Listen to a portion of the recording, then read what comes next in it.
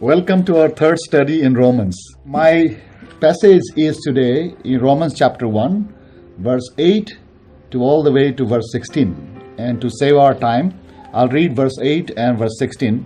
Rest, I expect that you will be reading the text.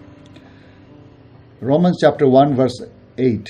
First, I thank my God through Jesus Christ for all of you because your faith is being reported all over the world.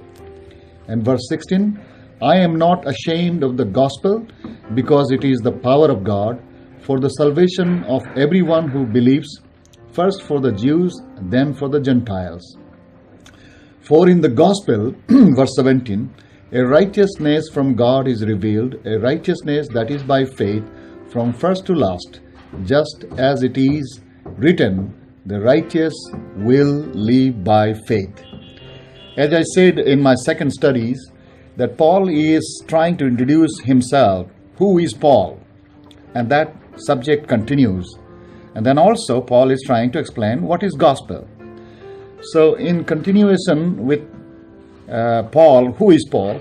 First of all, he says, I thank my God. So Paul is a thanking person. He is grateful, thankful for the believers in Rome. And why? Because these believers, their faith is being reported all over the world. It's certainly, if you know brothers and sisters in Christ who is faithful, you feel grateful for such people because they bring such a joy, encouragement. To meet a strong believer is a matter of blessings. So Paul is thankful for a faithful believers whose faith is known all over the world. He is a grateful man. Then he says in verse 9 towards the end, he says, I remember you. Paul is also a sensitive, a man who remembers. He's not absorbed in himself, but he's other-minded. He's concerned about others. He remembers, and as he remembers, in verse 10 he says, I remember you in my prayer at all times. So Paul is a man of prayer. I pray that now at last God's will, the way may be open for me to come to you. So he's saying, I pray for you, and I also pray that I may be able to come to you. In verse 11, he says, I long to see you. Paul is a passionate person, someone who is very relational. He wants to keep the touch, the relationship with the people whom he is writing. So he says, I long to see you. And then in verse 11 he says, I may impart to you some spiritual gift to make you strong. So he has also the spirit of mentor. Paul is someone who is wanting to impart, giving that spiritual gift. Whatever he knows, he wants to pass it on to others. He is a very good mentor. He is also a very good encourager. But as he is encourager, he is also humble man. So he says in verse 12, that, I want to, first of all, I want to encourage you, but at the same time, I also want to be encouraged by you. I may be mutually encouraged by each other's faith. Then he is also, in verse 13, he is seen as a man who plans. I don't want you to be unaware, brothers and sisters, verse 13. I planned many times to come to you, but I have been somehow prevented from doing so until now. So he's a planner who thinks ahead, who plans ahead, who looks, time ahead. He's a planner. In verse 14, he says, I am obligated both to Greek and non-Greeks, both to wise and the foolish. He is a man who is responsible.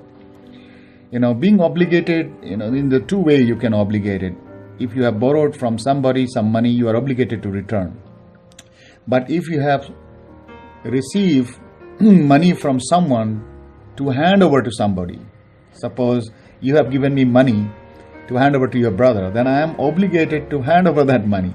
So Paul, he sees himself obligated that he received the gospel from Jesus Christ, not for himself, but to pass on to others who are still not knowing Jesus Christ. So he sees that he must pass on this gospel to the Greeks and non-Greeks, both wise and foolish, whoever they may be, Christ died for all. So he feels obligated to all. He is a responsible man. And then in verse 15 says, I am so eager to preach the gospel also to you who are in Rome. He is an eager preacher. He is an anxious preacher. He is a preacher who enjoys presenting the gospel. So yes, it is one thing to be called, it's one thing to have the ministry and have the dignified status as an apostle, but it's another thing to be a man who is grateful, thankful for the believers around.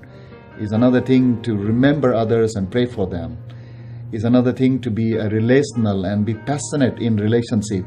It's another thing to be a mentor, not only reach out, but also disciple. Be an encourager and be mutually encouraged. Be humble enough to be encouraged by others. Be a good planner, plan ahead of time. And then feel obligated to pass on what we have received from Jesus Christ to others. And be an eager preacher with great joy, with great enthusiasm. Paul was like that. He says, I am not ashamed of the gospel. I am not ashamed of the gospel. So that's who Paul is. And now next time we'll be talking about what Paul thinks about gospel. As I said earlier, what is gospel? He already explained in verse 1 to 6, but he goes on again, verse 16 onwards, he goes on to explain what is gospel. So may God give you a wonderful day. May you enjoy the study of Romans. Blessings.